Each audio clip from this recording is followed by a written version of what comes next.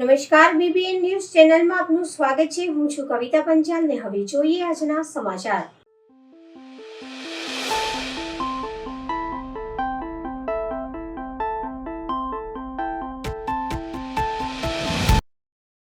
Vadodara traffic education દ્વારા આજરોજ junction પર ઊભા રહેતા ટ્રાફિક જવાનો માટે કડકતી તાપ સામે રક્ષણ મળી રહે તે માટે હાઇડ્રેશન કિટની વ્યવસ્થા કરવામાં આવી છે, જેમાં પાણીનું બોટલ જે ઠંડુ રાખી શકે, સ્કિન લોશન, એક છત્રી, ORS તમામ પ્રકારની કિટમાં વ્યવસ્થા ઊભી કરવામાં આવી છે.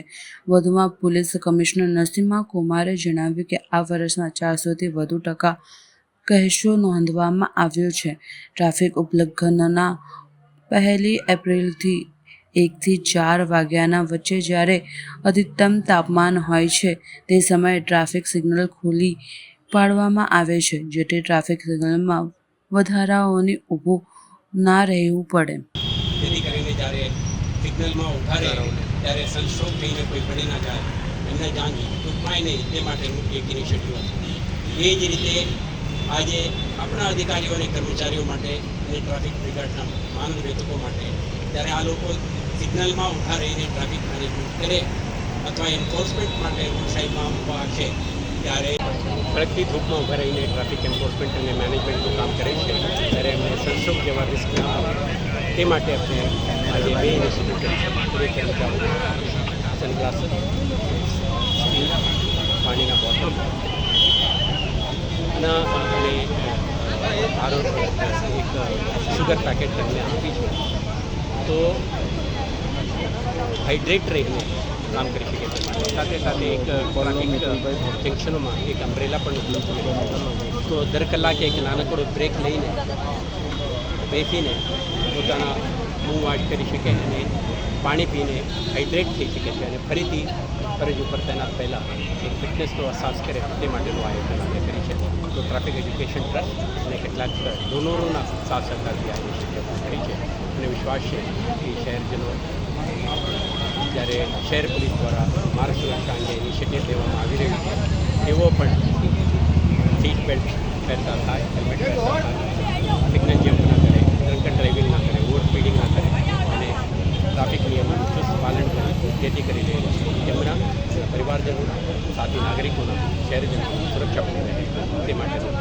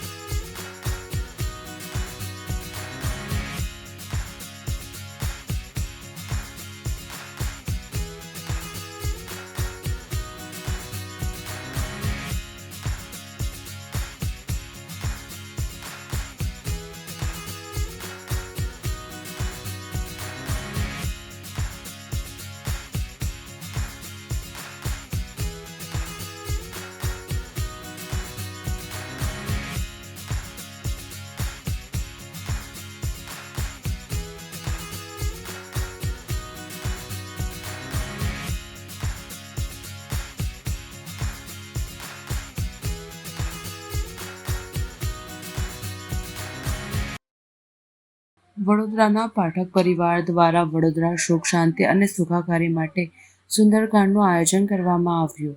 વડોદરામાં અરુણ પાઠક, સંધ્યા પાઠક દ્વારા વડોદરાના તમામ સામાજિક કાર્યકર્તા સન્માન સમારોહમાં રાખવામાં આવ્યો હતો, જેમાં વડોદરાના તમામ સામાજિક કાર્યકર્તા હાજર રહ્યા હતા. વડોદરાની શાંતિ, સુખાકારી અને કોઈ આપદા ન પડે તે માટે સુંદરકાંડનું આયોજન કરવામાં આવ્યું હતું.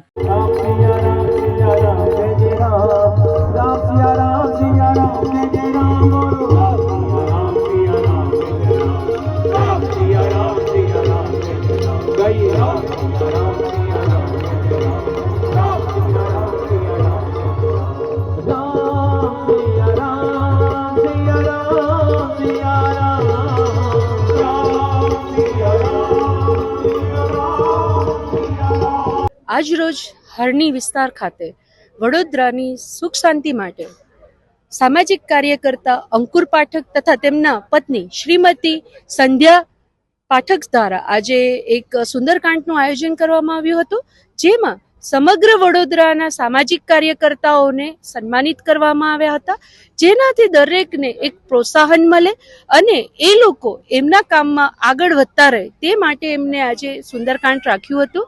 અને આપણા દાદા હનુમાન દાદા સમગ્ર વડોદરાવાસીઓ ઉપર તેમનો આશીર્વાદ રાખે તેના જ સાથે જય સિયારામ. આ આયોજન જે કરવામાં આવ્યું હતું એ વડોદરાની સુખ શાંતિ અને સમૃદ્ધિ થાય અને સુખમયકારી બને એના માટે વડોદરાના નગરજનો માટે આ એક આયોજન કરવામાં આવ્યું હતું, જેનાથી જે વડોદરામાં થઈ રહી મુશ્કેલીઓ ઘડી વારંવાર આવતી રહે છે એ હવે ના આવે અને દાદાનો આશીર્વાદ રહે એના માટે આપણે આયોજન કર્યું હતું. વડોદરાવાસીઓ માટે આપણે આયોજન કરી રહ્યા.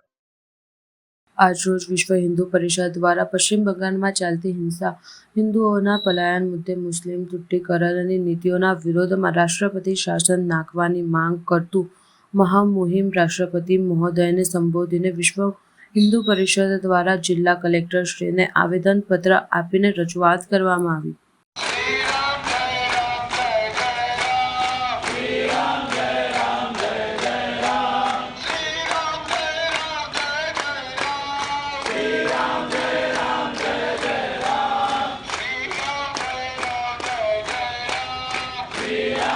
સંસ્થા છે. આજે આપ સાહેબશ્રીને જ્યારે અમે આવેદનપત્ર આપવા માટે આવ્યા હતા તો આપ સાહેબની રાહ જોઈને લગભગ અમે 2 કલાક બેઠા હતા. સંકલનની કોઈ મિટિંગ ચાલી રહી હતી. સંકલનની મિટિંગમાં પણ એવું હતું કે કદાચ અમારા જ વિચારોવાળા લોકો આપણી સાથે સંકલનમાં હતા.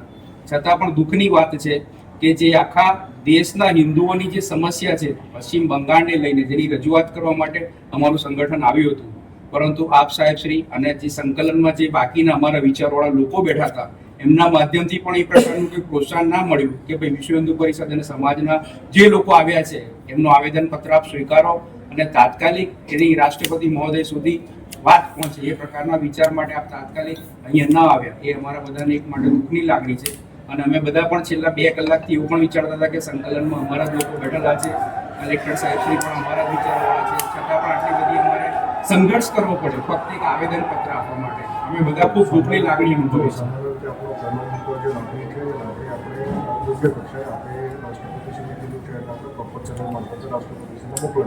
જી, બીજો મુદ્દો છે સામાન્ય રીતે આપણે જુઓ, સામાન્ય રીતે સરકારની અલગ અલગ પ્રક્રિયાઓ અંતર્ગત આપણે મિટિંગો કરતા હોઈએ છીએ. એમની અંદર જિલ્લા કલેક્ટર એકલા નથી હોતા, ઘણા બધા એમાં પદાધિકારીઓ અધિકારીઓ સંકળાયેલા હોય.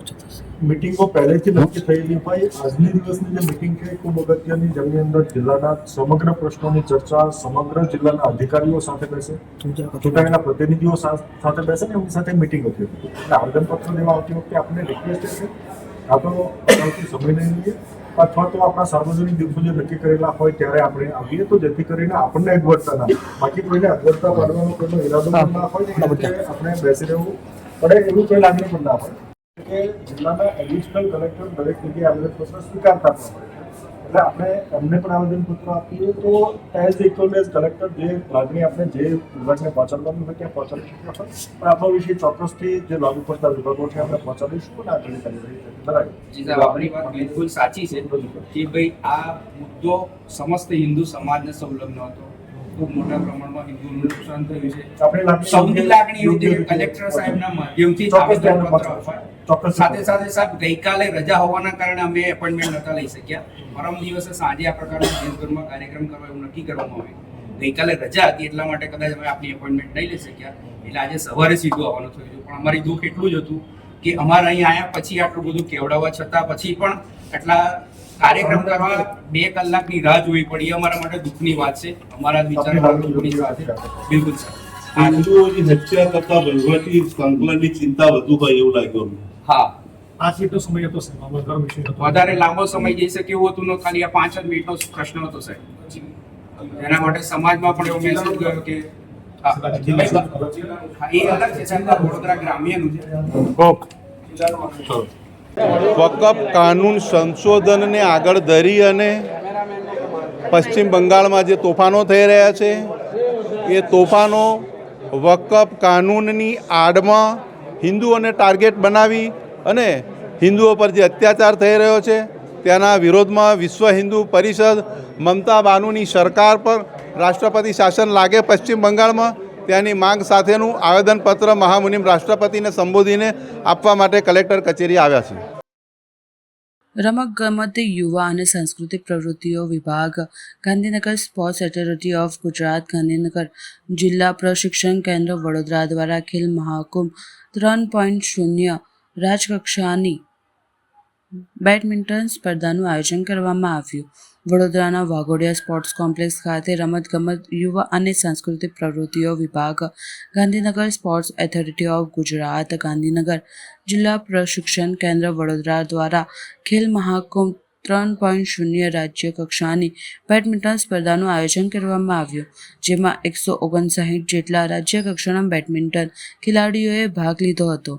અંદર 11, 14 અને 17 ભાઈઓ તથા બહેનોની બેડમિન્ટન સ્પર્ધાનું આયોજન કરવામાં આવ્યું છે. વડોદરાના વાઘોડિયા રોડ ખાતે આવેલ જિલ્લા પ્રશિક્ષણ કેન્દ્ર ઉપર આ ટુર્નામેન્ટનું આયોજન કરવામાં આવ્યું છે, જે તારીખ 14 એપ્રિલથી લઈને 26 એપ્રિલ સુધી ચાલશે. રાજ્યના ખેલાડીઓને પ્લેટફોર્મ મળી રહે તે માટે તે હેતુથી સાથે આ સ્પર્ધાનું આયોજન કરવામાં આવ્યું છે. મારું નામ સંસ્કૃતિ પિયુષભાઈ ટંડેલ છે. હું વલસાડ જિલ્લાથી આવી છું. હું અહીં રાજ્ય કક્ષાની ખેલ મહાકુંભ સ્પર્ધા બેડમિન્ટન ટુર્નામેન્ટમાં ભાગ લેવા માટે આવી છું. અહીં અમને રહેવાની ફેસિલિટી પણ ખૂબ સારી આપવામાં આવી છે રાજ્ય સરકાર દ્વારા, અને અહીંનું ખાવાનું પણ ખૂબ સારું આપવામાં આવે છે. અહીંના કોર્ટની ફેસિલિટી પણ ખૂબ સારી આપવામાં આવી છે. હું સ્વરા રાયગાંધી છું. અંડર 17 વડોદરા સિટીને રિપ્રેઝેન્ટ કરું છું. સ્પોર્ટ્સ ઓથોરિટી ઓફ ગુજરાત દ્વારા આ ખેલ મહાકુંભ 3.0 આયોજિત કરવામાં આવ્યું છે. અહીંયા બહુ જ સારી ફેસિલિટીઝ છે. એસી કોર્ટ્સ છે, કોર્ટ્સ બી બહુ સારા છે. અમને રહેવાનું ખાવાનું બધું બહુ જ સારું મળે છે. આનાથી આ ટુર્નામેન્ટથી અમને બહુ જ સારો એક્સપોઝર મળે છે. આગળ તમારું શું ઈચ્છા છે? મને ઇન્ટરનેશનલ નેશનલ લેવલ પર સારું રિપ્રેઝેન્ટ કરવું છે. ઇન્ટરનેશનલ લેવલ પર વર્લ્ડ નંબર 1 આવવું છે. Thank you. નમસ્કાર, મારું નામ હિંસો અપેક્ષા છે. હું જુનાગઢ રૂરલમાંથી અહીંયા વડોદરા ખેલ મહાકુંભ 3.0માં અહીંયા રમવા આવેલી છું, અને અહીંયાની સરકાર દ્વારા ખૂબ અનેરી અને સારી સુવિધાઓ જોવા મળે છે. અહીંયા હોસ્ટેલની પણ સુવિધા છે, રહેવા માટેની પણ સુવિધા છે, ખાવા માટે સરસ ભોજન પણ મળી રહે છે, અને અહીંયા બેડમિન્ટનના કોર્ટ પણ એસીવાળા છે, જેથી કાંઈ પણ તકલીફ પડે એમ નથી, અને અહીંયા આગળ જવા માટે બહુ મોટિવેશન મળે છે.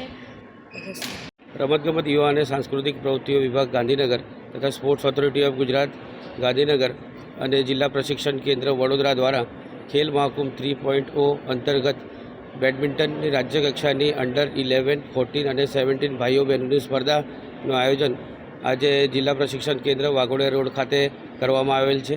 આ સ્પર્ધા તારીખ 18 એપ્રિલથી 25 એપ્રિલ સુધી ચાલવાની છે, જેમાં ગુજરાતના ટોપ બેડમિન્ટન એથ્લીટ્સ અહીંયા પાર્ટિસિપેટ કરવાના છે.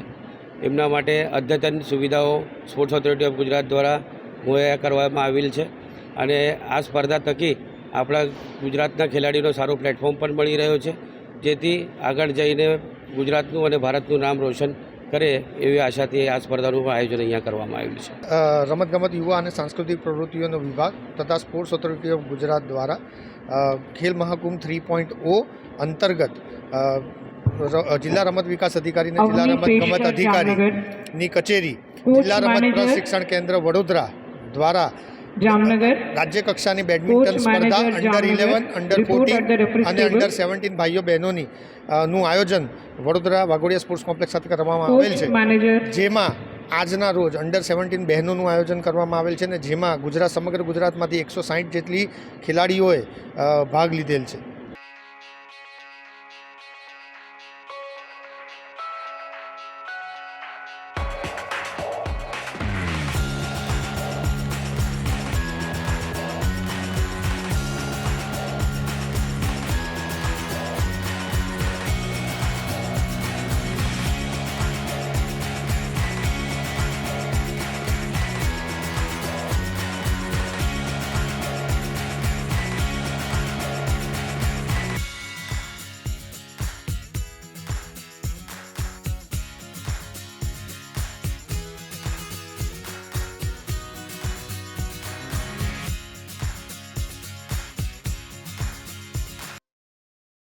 ફરીથી વધુ એક અકસ્માત. ટ્રિપલ કાર અકસ્માત સર્જાયો હતો. દિવસે ને દિવસે શહેરમાં અકસ્માતમાં વધારો થઈ રહ્યો છે, ત્યારે ફતેગંજ બ્રિજ પર ટ્રિપલ કાર અકસ્માત સર્જાયો હતો. જે રીતે ટ્રાફિક વિભાગ દ્વારા અકસ્માત ના થાય તેને લઈને અનેક કાયદા કાનૂનો લાગુ કરવામાં આવે છે, ત્યારે રોજબરોજ શહેરમાં અકસ્માત સર્જાતા હોય છે. આજરોજ ફરીથી ટ્રિપલ કાર અકસ્માત થયો હતો, પણ કોઈ જાનહાનિ થવા પામી નહોતી, પણ 2 કિલોમીટર સુધી ટ્રાફિક જામ જોવા મળ્યું હતું.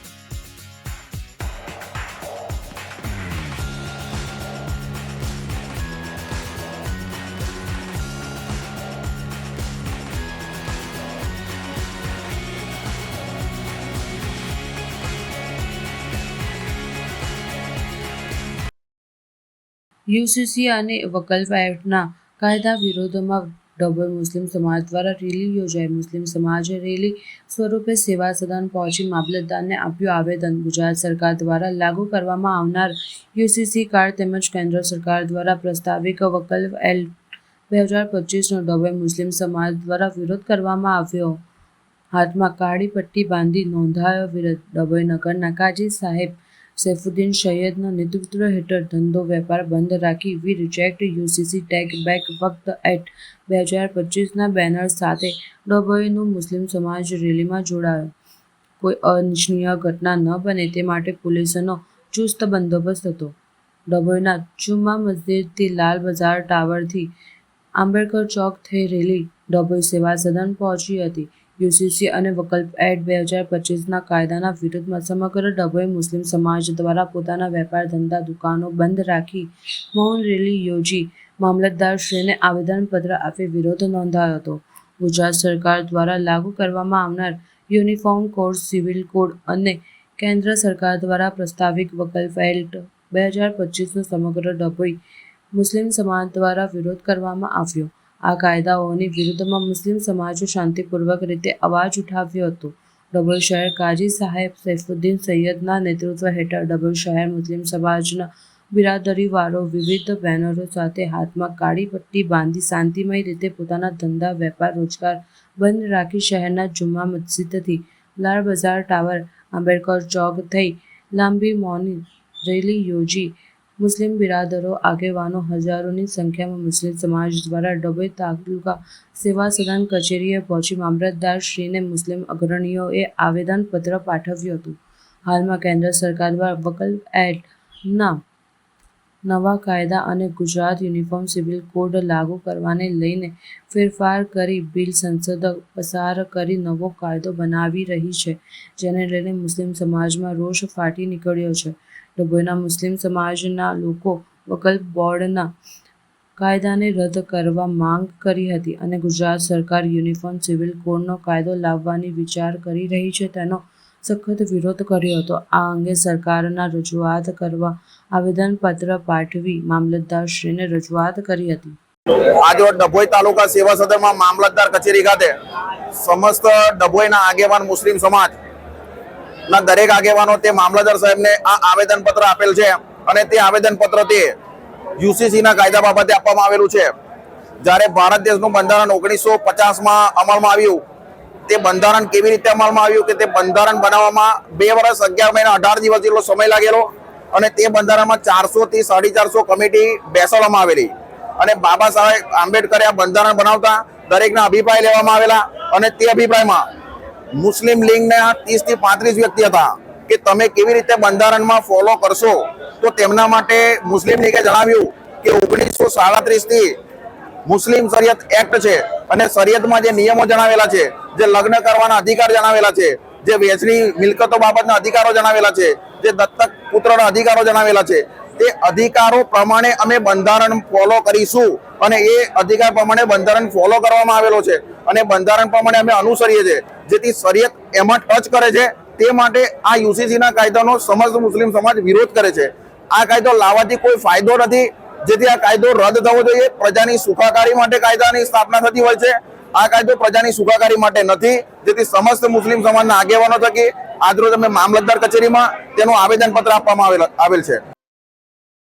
હરણી વિસ્તારમાં સામાજિક કાર્યકર સંધ્યા પાઠક દ્વારા હરણીના મહંત ગિરિ મહારાજ ગોસ્વામીના સ્વયં કંઠે સુંદરકાંડનું આયોજન રાધેશ્યામ પાર્ટી પ્લોટ ખાતે રાખવામાં આવ્યું હતું.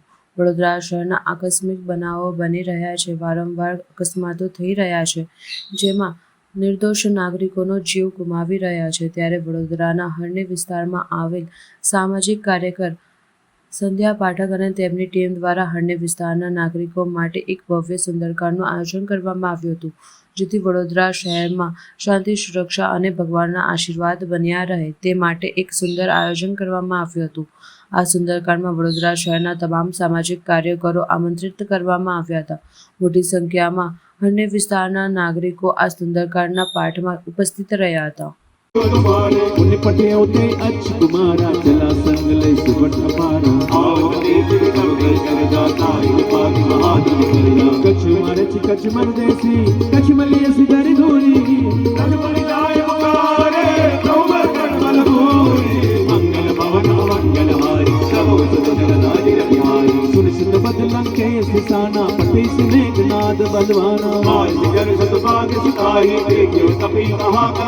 આ રાધેશ્યામ પાર્ટી પ્લોટ હરણી ખાતે આવેલ છે. અહીંયા ગોસ્વામી ગિરિ મહારાજનું હસ્તે સંગીતમય સુંદરકાંડનું આયોજન કરવામાં આવેલ છે. અહીંયા વડોદરા સિટીમાં આકસ્મિક અકસ્માતો અવારનવાર ઘટનાઓ બનતી રહે છે. એના માટે સંગીતમય સુંદરકાંડનું આયોજન કરવામાં આવેલું હતું. અહીંયા ભારી સંખ્યામાં સામાજિક કાર્યકરો અને નગરજનો ઉપસ્થિત રહ્યા હતા અને અમને એવું લાગતું નહોતું કે આટલી સંખ્યામાં નગરજનો ઉપસ્થિત રહેશે, પણ સંગીતમય સુંદરકાંડ માટે આટલી બધી મોટી સંખ્યામાં નગરજનો ઉપસ્થિત રહ્યા એમનો ખૂબ ખૂબ આભાર. અને જે સામાજિક કાર્યકરો અહીંયા આવ્યા એમનો પણ ખૂબ ખૂબ આભાર છે. સંધ્યા પાઠક, સામાજિક કાર્યકર્તા.